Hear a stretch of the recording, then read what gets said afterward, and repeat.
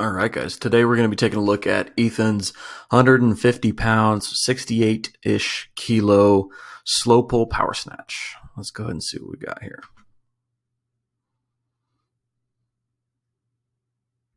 Okay. All right, so start position looks good. Looks good. Shoulders are in front of the bar, hips are above the knees, looking decent. It's going to be, this position looks a little bit lower than the clean, but that's going to be natural because the grip is wider, so your body will naturally be just a little bit lower. First pull, we're looking at getting those knees back and out to the sides, get them out of the way, clear the road for the bar. That's looking good.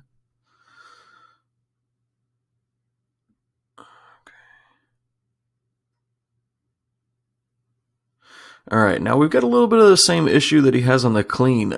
This is pretty common. If somebody has an issue with this specific thing with the hips and the knees, the extension on one lift, more than likely they're doing that on the other one as well. So here, if what we're looking at is as he starts to bring that bar into his hips, he is thinking hips are going to move the bar. So he's pushing his hips forward to touch the bar, to meet the bar, to get that pop off the hips. When really, and that's kind of a misconception, really what should be happening is here you can't see his feet in this video, but here his heels are still down. And what he needs to do is continue pushing through the ground and stand straight up to finish the pull. But instead he's pushing his hips through, and that's causing his extension to go in this order. He's got hips extending first, then the knees extend, then the ankles extend. And that's going to limit the amount of power. And so now, we won't spend too much time talking about that. But he just needs to envision less hips, more legs, and drive up, not forward. Let's take a look at the catch here.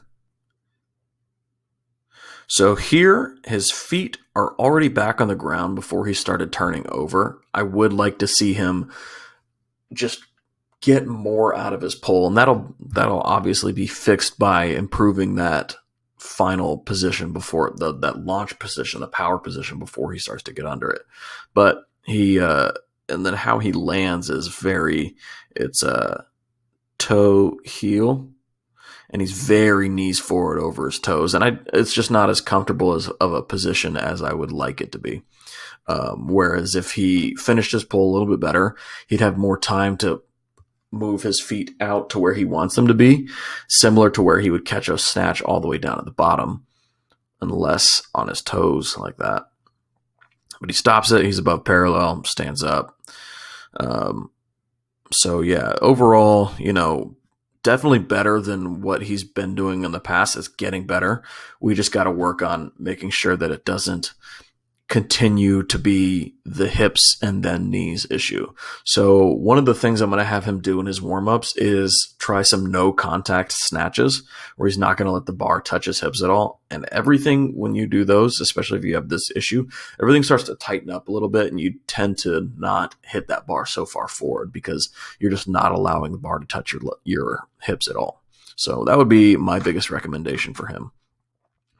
And then other than that, in the landing position, try and stomp the whole foot and not toe heel, and be a little bit more powerful with that stomp as opposed to kind of being forward on your toes and on your knees. So that's it for the day. All right, guys.